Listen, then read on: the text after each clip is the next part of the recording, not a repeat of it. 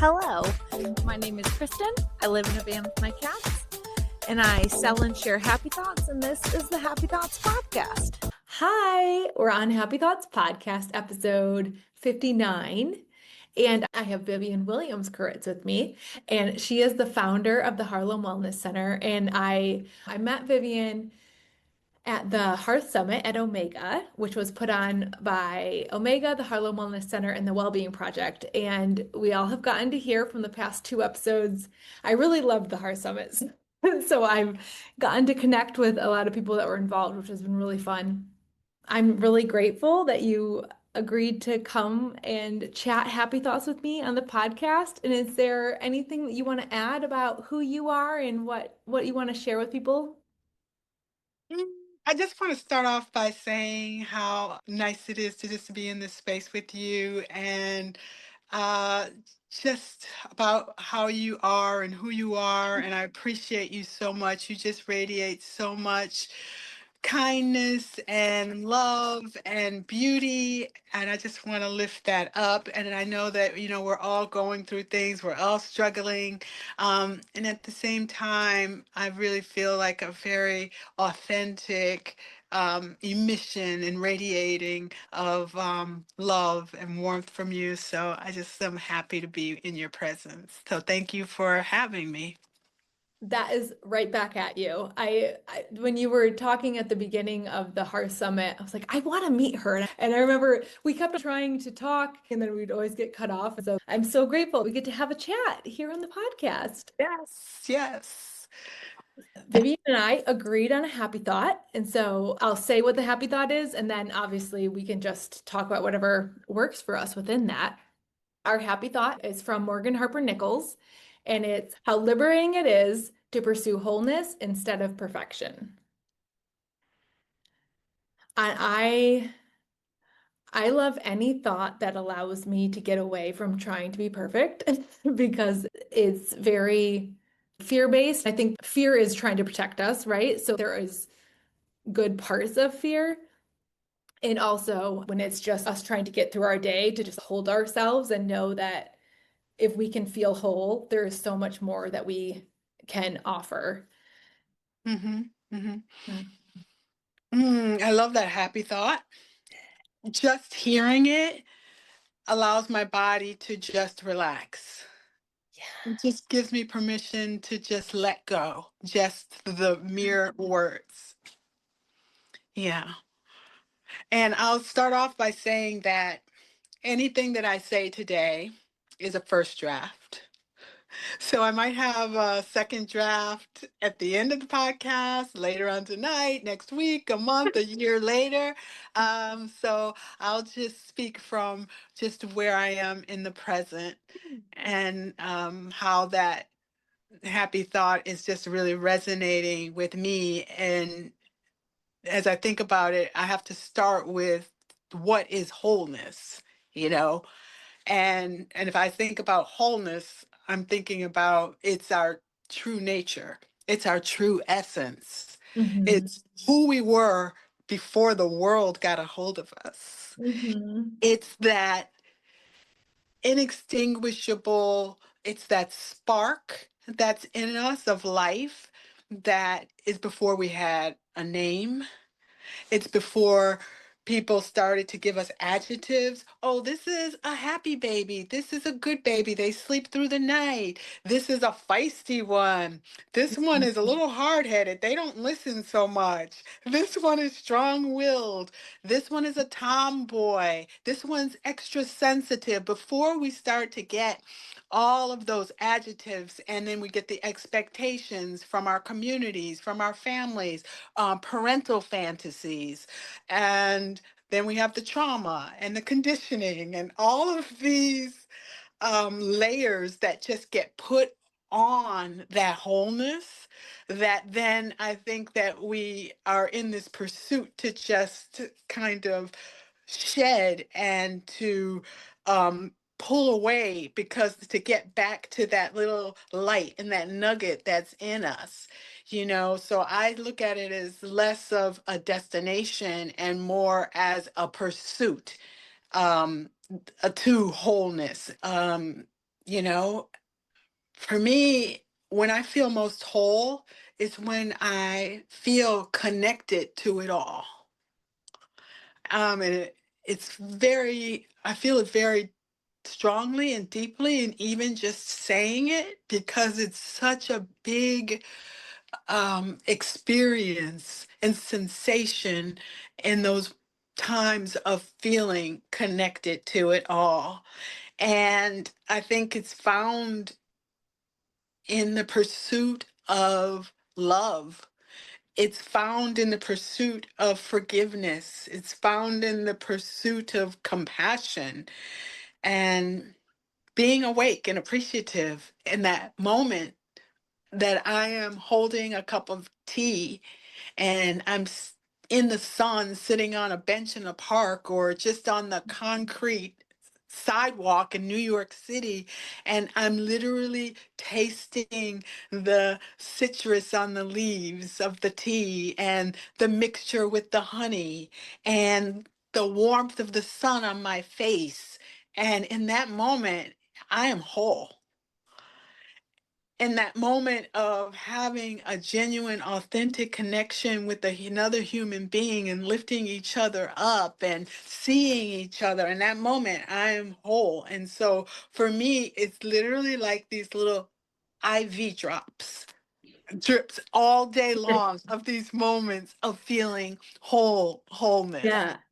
And I think that if we can continue to just like increase the capacity for these IV drops, then it just it makes me feel more humane in my human body. And I love that you said the IV drops and that a drop can be enough for a while. There's three moments that make me just feel so small and so big at the same time. When I look at the stars, when I look at a campfire, and when I look at the ocean. All three of those, there's just this, yeah, wholeness. I haven't even really thought of it in that way. But when you said you feel it so deeply, I could just listen to you all day. But when you talked about the ocean, when if I stare at the ocean long enough, I can experience its consciousness. I can experience that life force that is bigger than myself, and a mountain and a tree. Yeah, I know. And I love how free all of these things are. Right? Right. Right. Right. And like Because the pursuit of wholeness is free, and preach. that's wonderful. Always looking for the free stuff. Exactly. I mean, because when we look at perfection, first of all, it's elusive. Right. Um, and it's unnecessary. It's so unnecessary because so much beauty comes out of evolving from the imperfection of things. And if you ask me, it's really this idea that's concocted by the Matrix. And I'm saying the Matrix as this material world of norms Right. and um, values and systems, none of it which has emanated from pure energy, Holy Spirit. Mhm. And it then becomes this tool, perfection, as a tool for commercialism and for capitalism so that we can feel that we're broken, we're not right. We need something that's going to make us feel this sense of perfection because we're not connected to our source, right? And so, and if we get this thing, then we're going to be happy. I love biographies, memoirs. And so when I, listen to the stories of people who I admire or people just that are very familiar in popular culture, where you finally get to read the book or you see that, okay, they were putting out this image of perfection and at the same time that they were just deeply wounded and hurting. And it's not just to go to celebrity culture to find that. We can find that within ourselves or within people who are close to us. And it's literally this idea to charm the external human gaze, Mhm. and it doesn't last. I think about it like a race, somebody has broken through the finish line on this race and they've made a world record. Well, the world record is either going to be broken, or if it's not even broken, they can go through that finish line and still not feel whole, not feel a sense of well-being, not to feel connected, and not to feel healing or being in that process, because maybe they were just pursuing this particular goal without the one of being more human, you know? Right. When I love that when you were talking about like getting back to source, and that most of the happy thoughts to me are like getting back to yourself, and self and source are different, but also they can be the same. Like when it's coming from love and when you can love yourself, it's like when you were talking earlier about the shedding, that's all the unlearning that we have to do within the system of everything that we're taught. And I think when you cross that finish line, if you don't have a sense of self, or if you're not doing it for the wholeness of yourself, if you didn't get whatever time you wanted, that's when we get so lost, when it's not coming from source and not coming from our own self. I love athletics, love sports. Mhm. And I think there are so many metaphors in life from sports. And how many times have I heard, because I pay attention and I listen. I mean, I am the person that literally cries every night during the Olympics, because they tell the stories and you go on Yeah. this journey and you see how what people put on the line and sacrificed, how hard they work. And then we get to join them in seeing their dreams come true, right? But Mhm. then when you listen closely, like maybe after the fact, years later, or people talk, they so many say that like when it was over, they're walking back to the locker room after the end of that championship or that gold medal or whatever, and saying, I thought I was going to feel different, Mhm. you know? Yeah. And then there can be people who literally have, gotten in fifth place and who feel so whole, you Mhm. know? I know. I was thinking about this, it was last summer because the Olympics was happening last summer. And there was this, I don't remember his name now, but he was this French swimmer and he was doing real, real well. He was like, winning everything. And everyone loved him. The whole stands were cheering. And I was just thinking about how much love was being given to him because of his achievements, right? And then how easily that can be taken from him. Because if he loses a race, he's not getting those cheers. And just how hard that is to manage, because how can you not love everyone loving you, and that it's so important to be knowing our own worth, that those cheers aren't why we keep going, because those cheers can leave in a second and it has nothing to do with us. Mhm. Yeah, Yeah. because like I don't feel like I've never felt healed by the pursuit of perfection. If anything, it's going to make you feel crappy because it's Right. elusive. I've never felt uplifted by it. I've never felt encouraged by it. Um, and it's so funny too, again, with the sports analogy, someone like Nadia Comaneci, who back got the very first 10 in gymnastics. She was a Romanian girl around 14 or something like that. Okay. But if you look at her routine now, it would never get a 10. You know what I mean? Yeah. So when I talk about it's being elusive, and so I mean, I've never been healed by The goal that. keeps moving. Yeah. Yeah.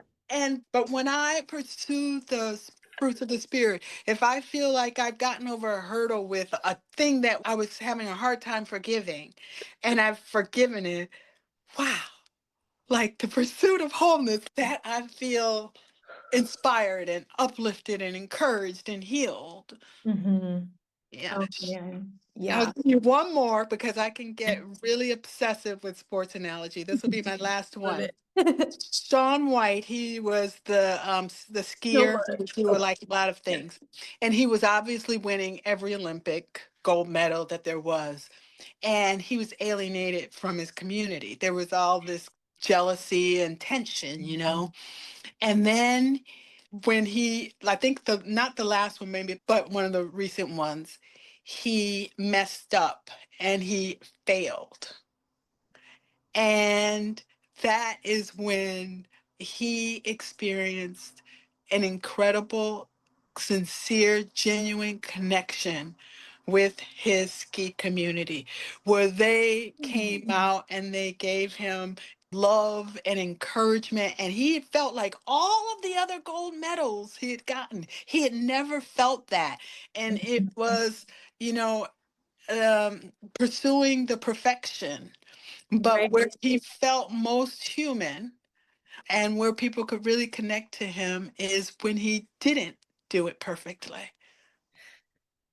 Yeah, and isn't that a tricky little game? Because Mm. like so much of what I've been talking with people about, or really what this podcast is for, is how we're all struggling with the same things.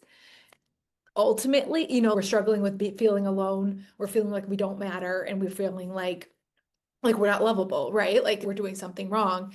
And I think through sharing so many happy thoughts, I've really seen that where I'm like, oh my gosh, this is everybody. We're not alone. Because even if all we have to connect on is that fact that we all feel alone, that's something, you know? And even if we're not having a million connections, knowing that you feel the same way I feel, like that can be so healing. Like with that story with Shaun White, everyone that showed up for him knows how he felt. Not on an Olympic level, maybe, but they all know what that feels like to have a goal that didn't work out and how ashamed you might feel, or the really gross emotions that we don't like to talk about and we'd rather just not feel.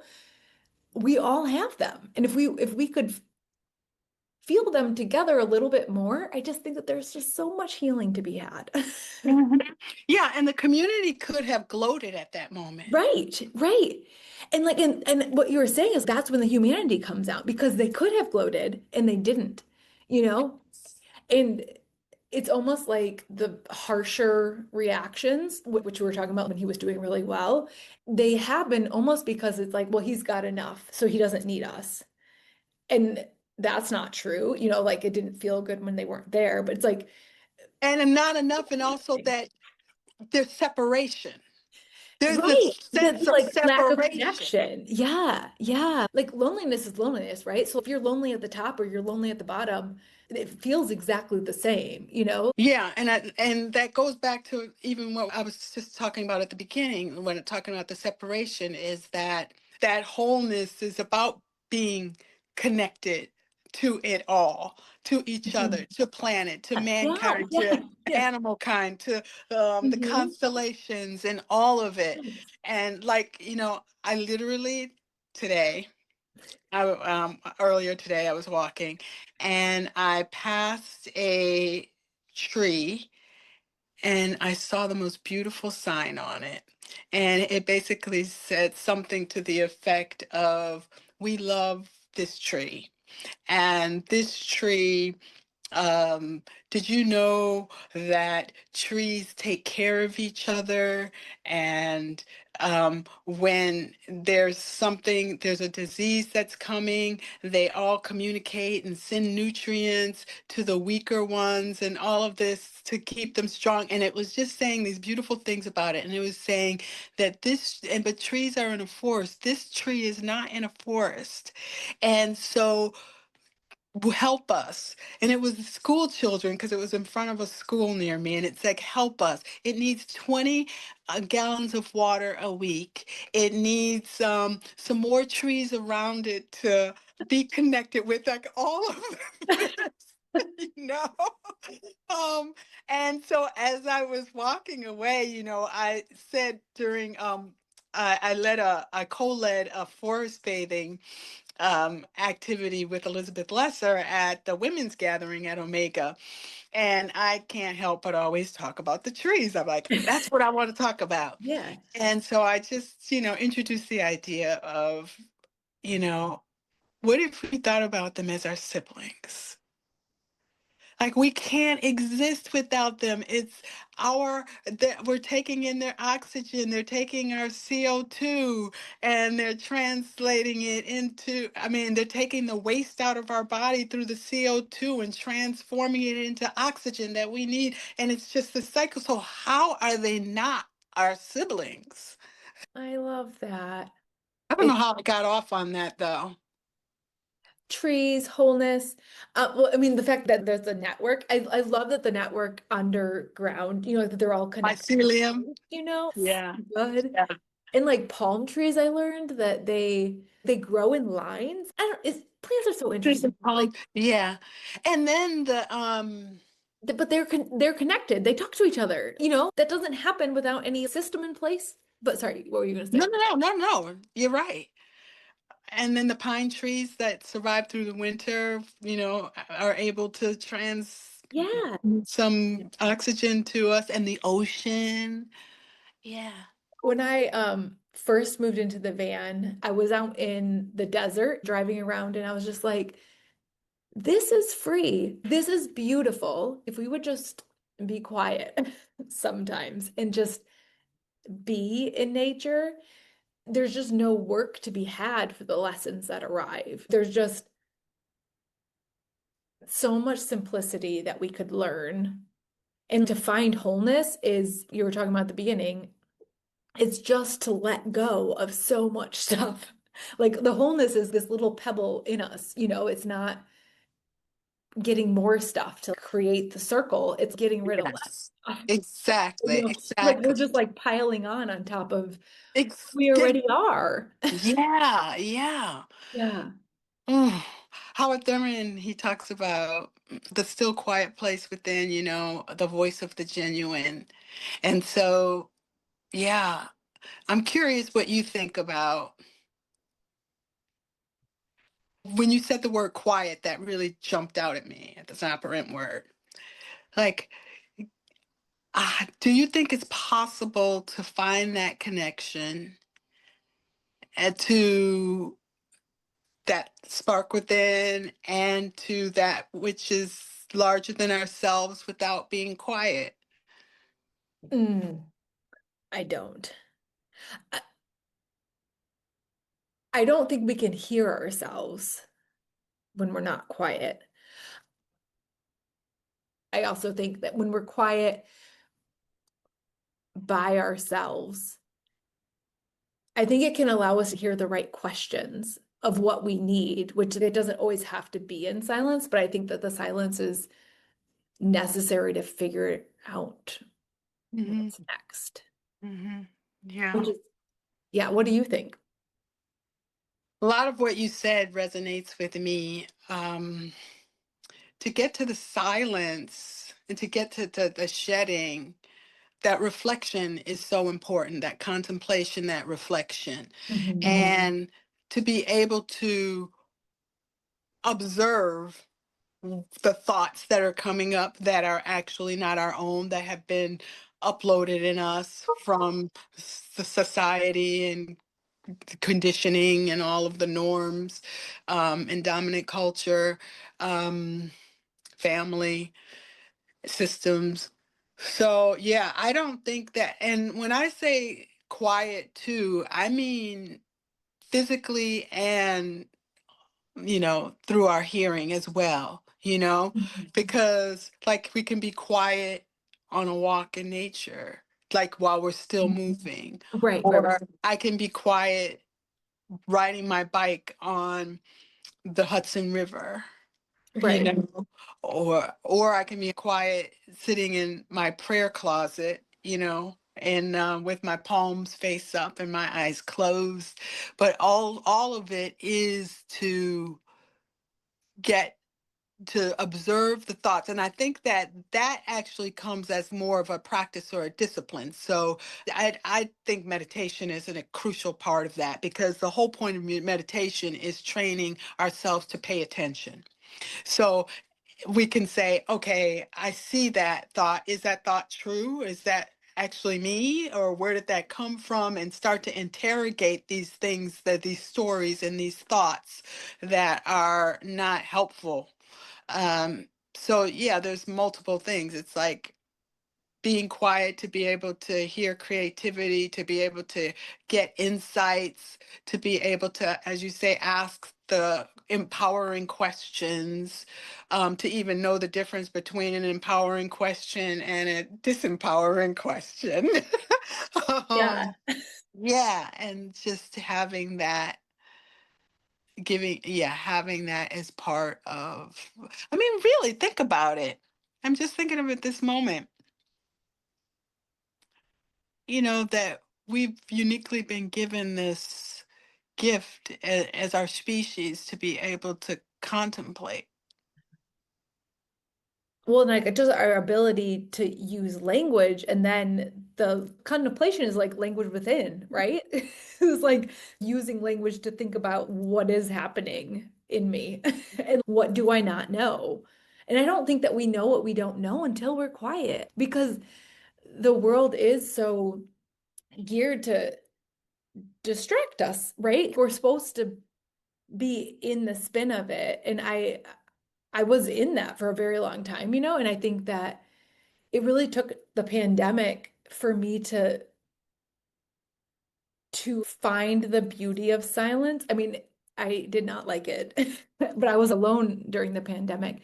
And that's when I started creating a lot. And then I remembered who I was like as a kid. I remembered loving knitting, and that's what I started the business as. It was just like a remembering. I think it's telling when an action is trivialized. And I think stopping is kind of like, oh, you're being lazy, or there's this culture of go, go, go and hustle and do all these things. And so even if the words aren't being said, stopping is not impressive, right?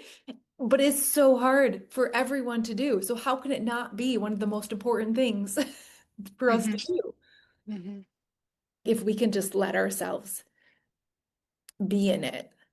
We don't know what we don't know until we give it space to show up. This whole year has been led by little nudges in the silence. And they feel weird. They're like, what, why am I curious about this right now? And that's how I ended up at Omega. Like this whole year happened because of these weird curiosities that got to the next thing. Yeah, I am a huge fan of following the curiosity. Yeah. And listening to the nudges, because I have found that there are nudges and then there are nudges. There's the nagging, it feels like, Yeah. and like Harlem Wellness Center wouldn't even be in existence if it wasn't for the nudgings. I'm minding my own business, you know what I mean? And all of a sudden, um, I get, my community calls me in to share some things that I had been just doing in my own personal life. But I specifically remember um, these trainings that I would get this inspiration. Oh, you need to go do this training. And I know that, there's no man in the sky with a beard sitting on a throne that I'm talking to. I'm talking to presence, but still I am trained to look up. um, I so, know. There's something to it. so just but literally like looking up and saying, I don't want to do this training. And then hearing like, but you need to. And then letting it go and then being again like, hey, hey, hey. And then having that just keep going and going. And then by the end, having this whole body to draw from that I needed as a foundation to do what my soul was calling me to do. Right. It's a lot of pressure is off too. If you're thinking like, just follow your curiosity. My curiosity is knitting right now. Right. And that's not too small. That's not trivial. No. And it makes it just so much more fun. You know? Absolutely. And Exactly. like your journey to the Harlem Wellness Center, those steps, like if your initial idea was, I'm going to found this thing that's going to stand the test of time, right? That you're not going to start doing that. Because it's like, oh my God, like, how is this going to work? It's like we can only handle the nudges. And so that's what we're given, which is so kind. Like, thank you for this. Yeah, And when you try to ignore it, yeah, the nagging gets a little bit more. If you're just ignoring it, you can ignore it for your whole, I do think that you can ignore them I agree. forever. But if you're listening, I think it just comes with the different angles. It's like, when are you going to get this? It's a wild ride once you start realizing you have no control over any of it anyways. So, Yeah, I mean, then you're participating with that which is larger than yourself, God's source, right. great presence, however you want to call it. Um, it's all it's Yeah. all a strong sense of connection to um, divine source. Yeah. This question is coming to me. So, in terms of the world, right? The world is really challenging right now. And then we're talking about these nudges and how like they're magic and that these things can happen. In your practice or belief or thoughts, do you see a trajectory of what we're talking about right now helping heal the world in bigger ways?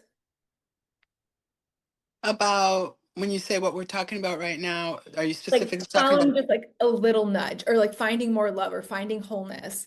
So to me, I want to give a happy thought to world leaders. I want to just say, hey, you need a hug. Like we need more love higher up, right? Like just believe it so much. And I know, and again, like with the trivial part, I know that sounds trite almost like you need more love, but really that can change everything. Like, whereas it's bigger than that and it's not bigger than that. I don't really know. See, now I got us into something here, but like, I like where you're going. Keep going. okay, all of these conversations I see in a bigger realm, right? Like, there's other countries listening to this podcast. There's 46 countries listening, which is Wow. pretty impressive. And I never want somebody in a whole different country listening of being like, oh, well, she's just this American girl talking about how things can work in her country. Because like, I don't think that that's true. I think all of this can work on micro levels into macro levels. And when we talk about wholeness, it's the connection with everything, right? And I think that everything that we're talking about on the small level of being silent and listening to nudges within ourselves can have outward vibration.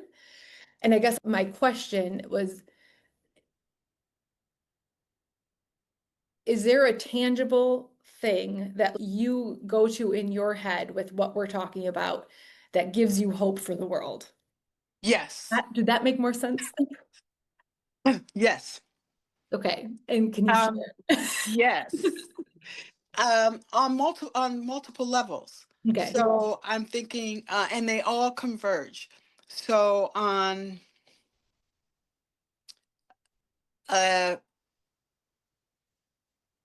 on a scientific or quantum level, I believe that a positive thought, because it's been proven scientifically, is a unit of energy, and that there is powerful, and it's actually stronger than a negative. Yes. So, and then I'm thinking on the spiritual level for myself that I believe that we're in this pressure cooker right now or pendulum swing, and I sometimes say to myself, oh, I love history so much, it's so interesting. I always read about the pendulum swings throughout the ages. I was like, oh, but this is what it feels like to be in a pendulum swing. Like you don't go from one age to the other just like poof, and people aren't collateral damage.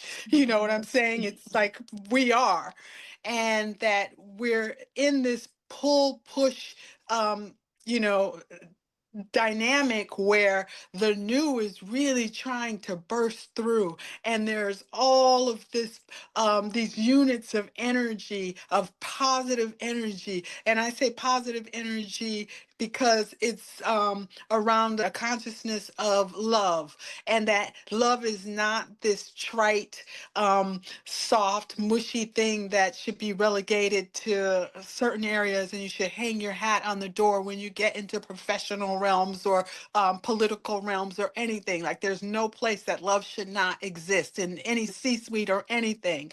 So if we're talking about love, if we're talking about cooperation, if we're talking about sharing, a lot of what we're going through right now has to do with greed and hoarding.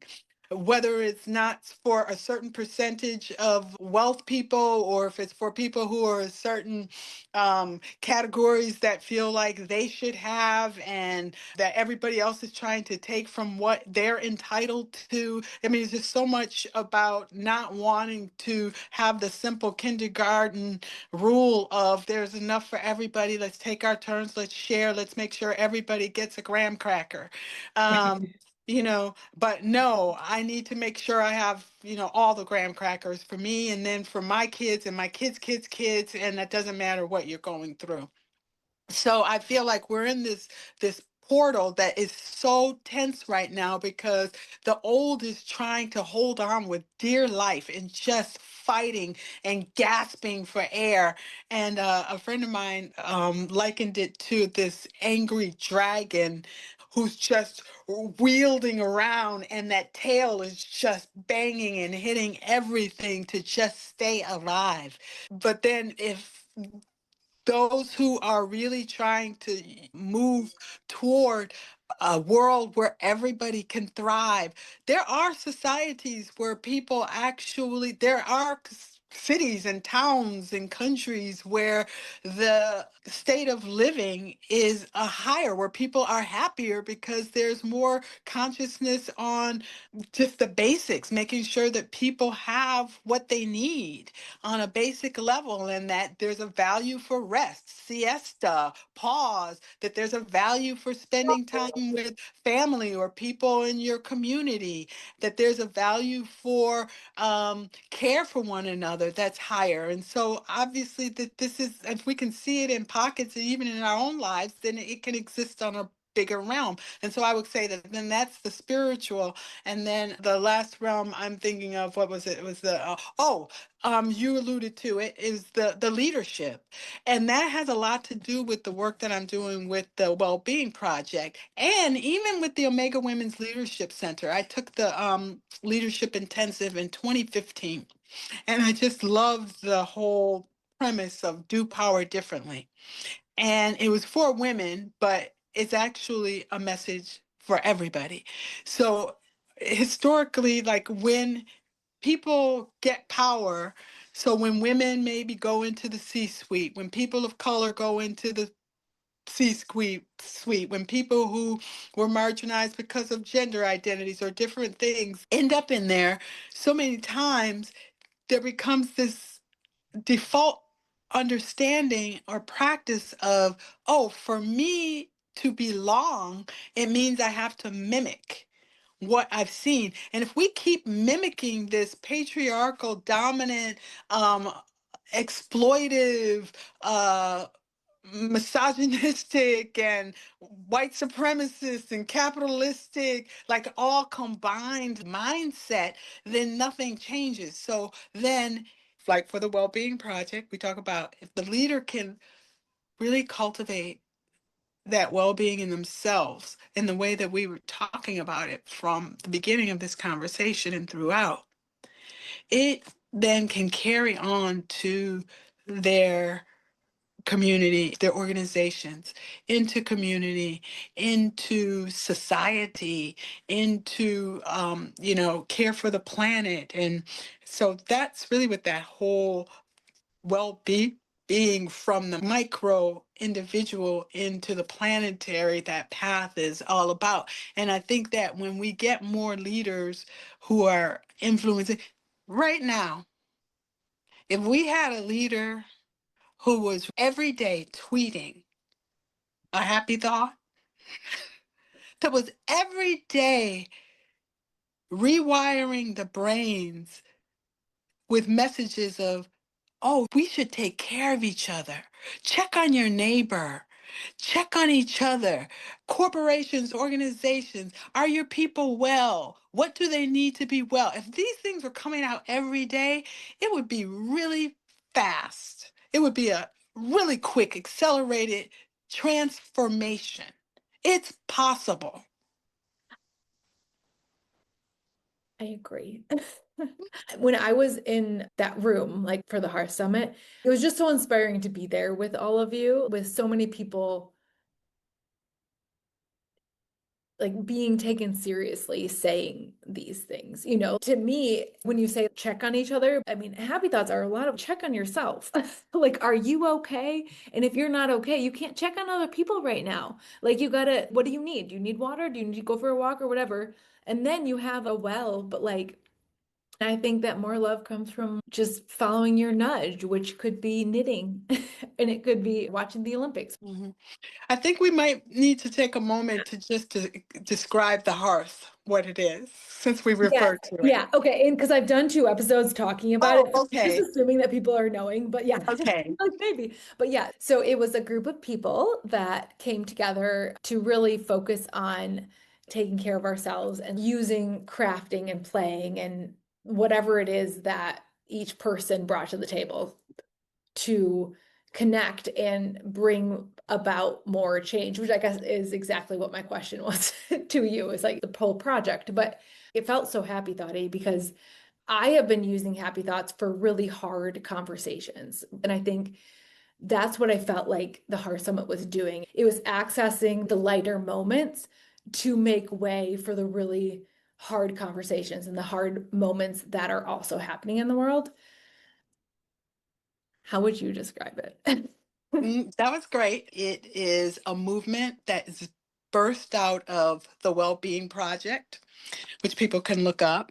And the Well-Being Project was inspired by the founder, Aaron Pereira's experience as a young social entrepreneur and change leader who experienced burnout.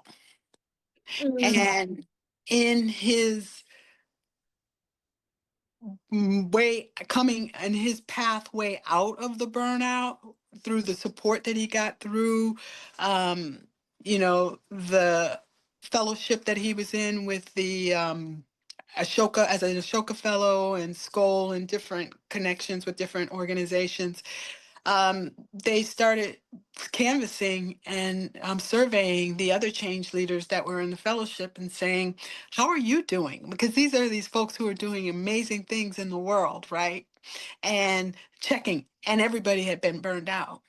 So then there became this exploration of, oh, if our leaders who are these change leaders, these people who are pulling the paradigm, who are pushing the paradigm from the old to the new.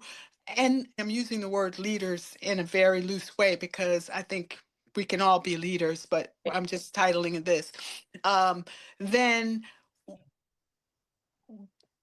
we have nowhere to go because it's just all going to die out. It's not sustainable. So what do we need to do to, as they would say, a movement to catalyze well-being in change leaders? And we were talking earlier about like, oh, if we do power differently, if our leaders are well, then things can start to move out of that wellness from themselves into their organizations, into society, into planetary concerns. And so um, by invitation, all of the summits, whether they're global or regional, there have been 2 globals, one in 2022 in Bilbao, Spain, and one in 2025 in Ljubljana, Slovenia. And there have been over 20 regional health summits around the world. And Omega and Harlem Wellness Center, through our partnership, I am honored to say that we hosted the very first regional well-being summit and it was just a pilot and an experiment and it's caught on. There were 5 original starters to that. So yeah, so I'm saying all this because if there's a map, it has like little lights on where all of this movement is taking place around the globe. So that gives me hope. It gives me hope when I not only talk to people on my own block, my next door neighbor who is, passionate about this, but when I get on these group calls with people around the globe and I see their faces and I know that they're not only working for healing and wholeness in their communities, but they're actually conscious and aware that they have to be well. And that this whole paradigm of change leaders setting themselves on fire to warm the world has got to stop. And we do that because we realize, okay, art is not some type of extra fluffy thing on the side that should be cut funding for because it has no value. Art is part of human nature and we need it. And I definitely experienced that during the pandemic, not experiencing any live arts. And and then also through play, through rest, through nature, through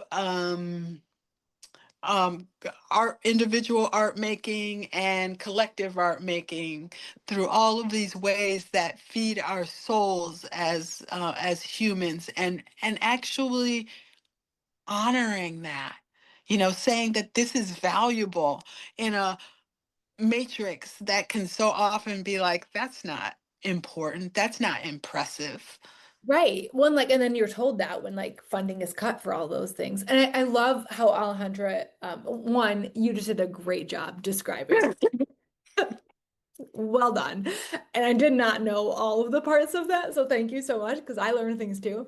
But Alejandra was talking about how play and music and arts and all that was really used at the beginning. I mean, for all the reasons that we said, but also there were so many different languages at play, and that there's such a connector, no matter what language you speak, or no matter what country you're in, and whatever lifestyle you're doing, like everyone is accessing some form of play and craft. Mhm. Wherever they are, you're going to find art. And I think that that was such a simple place to start. And simple is so hard and also so powerful, right? Like I'll give a happy thought sometimes and people will read it and be like, oh, simple as that. They act like that's an easy thing. It is simple as that. And probably the most challenging thing that that you'll ever have to do to focus on you and take care of you. Finding simplicity is really challenging to take off all of the complexities that we hide under so that we don't have to deal with the simplicity of what this little pebble is inside us. Yeah, and everything is vibration. Right. Everything, if you look at it in a microscope. So when you're handing somebody a happy thought, no matter what, that has a vibrational frequency. And people can sense it no matter what, even if they can't articulate like why it feels so nice to get this happy thought. Right. And Mhm, I don't know either. It's fun to be in the confusion together. Oh, like, this was really cute. I was like, I know, right? mhm, mhm, Yeah. mhm. Oh, Vivian, thank you so much for being here. And you just gave an hour of your time. Um, I'm gonna, Has it been an hour already? no, Wow. it has. I gotta let you go. We did a great job. I'm gonna add information about you in the little blurb in the podcast. But is there anything you want to say of how people can find you or ways that they can access the Harlem Wellness Center or anything else that you have coming up or anything like that? Yeah, well, obviously there's the Harlem Wellness Center socials with Instagram, and I didn't talk about a racial healing hub, but that's actually something that I'm really passionate about as part of Harlem Wellness Center, and that there's that at racial healing hub, and also I'm actually going to be doing in January. I'm going to be piloting a 4-week spiritual health and development time together for people who want to explore the power of connection to that which is larger than ourselves, power of prayer, these things. And so In what form? Like a workshop? It's like a virtual, yeah, tool. yeah, Okay. online. So I'm going to be doing that. If anybody wants to, reach out to me about that. That's just something I'm doing as a passion project that I got a nudge. I mean, I've been avoiding the nudge, and so I'm finally Yeah. answering the nudge. So there you Good. go. That sounds amazing. Everyone, you should go. Vivian's Yeah. amazing. Yeah. Thank you, Vivian. This was wonderful. And Thank you, Kristen. we'll air this soon. All right. I hope that our paths cross in person not too far in the future and can give you a big hug. I'm Okay. All right. Peace and blessings. bye. Thanks for listening. Happy Thoughts are available on my website, thehappythoughtproject.com, and Amazon and Fair for Wholesale. And we're on the Instagram, Happy Thoughts by Kristen. If you want to follow or leave a review on the podcast, you'd be greatly appreciated. Thank you, YouTube viewers, for being here.